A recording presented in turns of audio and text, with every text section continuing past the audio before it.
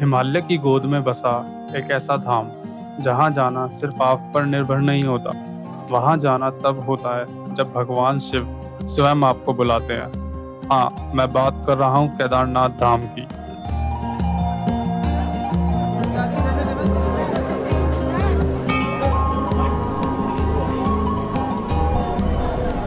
तो गंगोत्री धाम के दर्शन करने के बाद हम लोग निकलते हैं अपने अगले धाम केदारनाथ के लिए।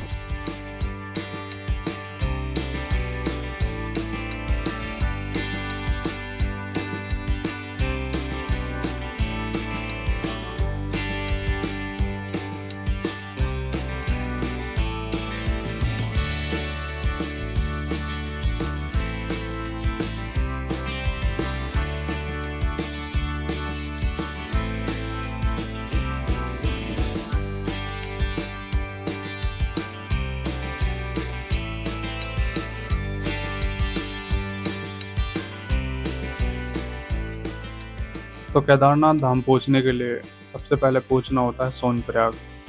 और गंगोत्री धाम से सोनप्रयाग की दूरी थी लगभग 321 किलोमीटर, जो कि एक दिन में तय करना काफ़ी मुश्किल था हमारे लिए।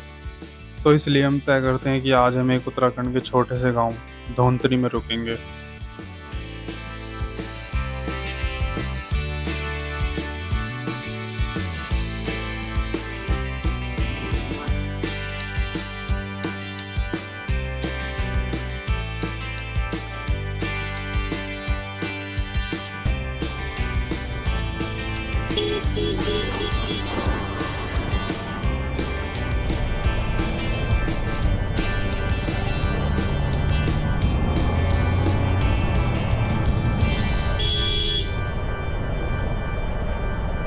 तो यार हम लोग ना शाम को पहुंचते हैं धौंतरी गांव। और हमें नहीं पता होता नज़ारे कैसे हैं, लेकिन जब हम सुबह उठते हैं और नज़ारे देखते हैं, मतलब हम बादलों के ऊपर थे लिटरली।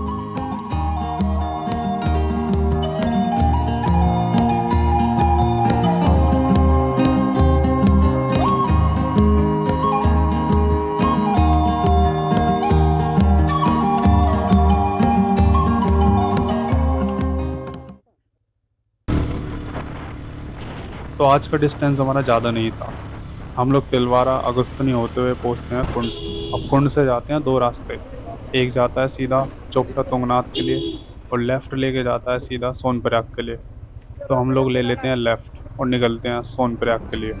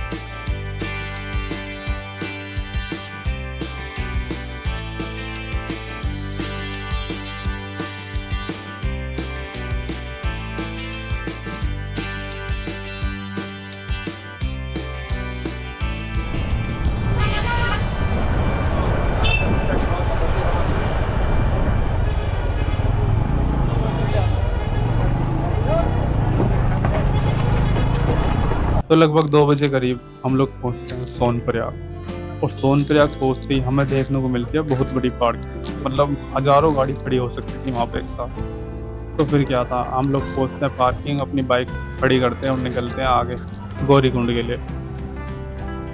तो यार अब सोनप्रयाग से पहुंचना होता है गौरीकुंड, जो कि स्टार्टिंग पॉइंट भी है केदारनाथ ट्रैक का। और गौरीकुंड पहुंचने के लिए लेनी होती है टैक्सी, तो इसलिए हम लोग टैक्सी लेकर निकलते हैं सीधा गौरीकुंड के लिए।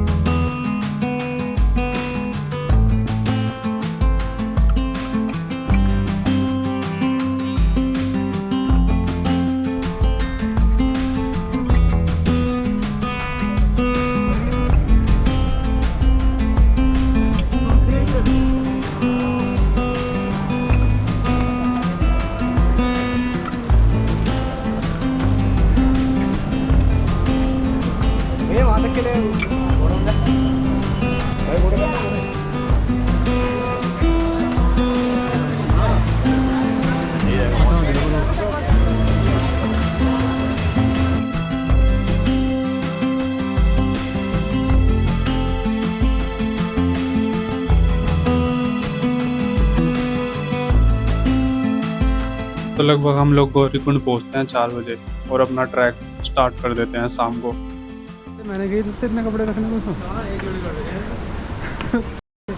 तो चेंज करते रहियो ना, टाइम देख ले, आधे आधे घंटे का रेस्ट देते हैं चेंज नहीं।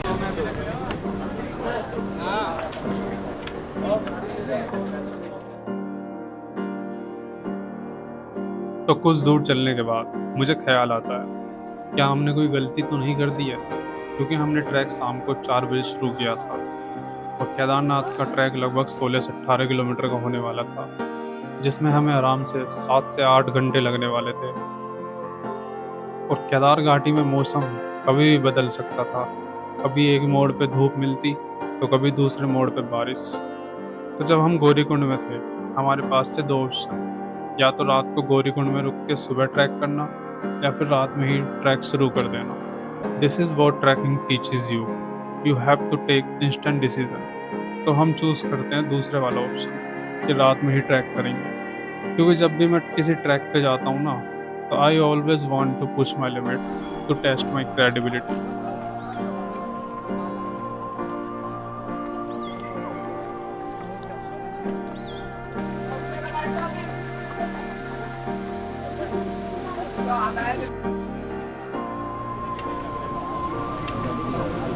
जय केदार बाबा की।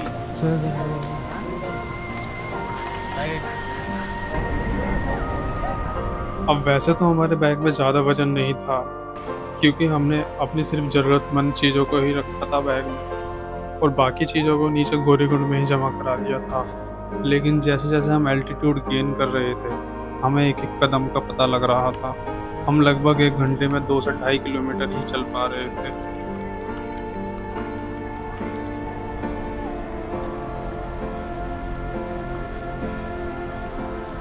अब हम लोग कर रहे थे सुबह से ट्रैवल, ना ही हमारा पावर बैंक चार्ज हुआ, ना ही हमारा कैमरा, जिसकी वजह से हम लोग आगे शूट ही नहीं कर पाए। Night view camera.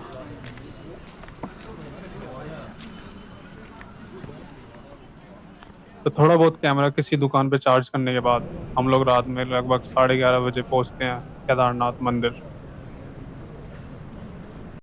तो रात को एक छोटे से टेंट में सोने के बाद हम लोग सुबह उठकर लाइन में लगते हैं करीब 5 बजे, और हमें कुछ केदारनाथ ऐसा देखने को मिला।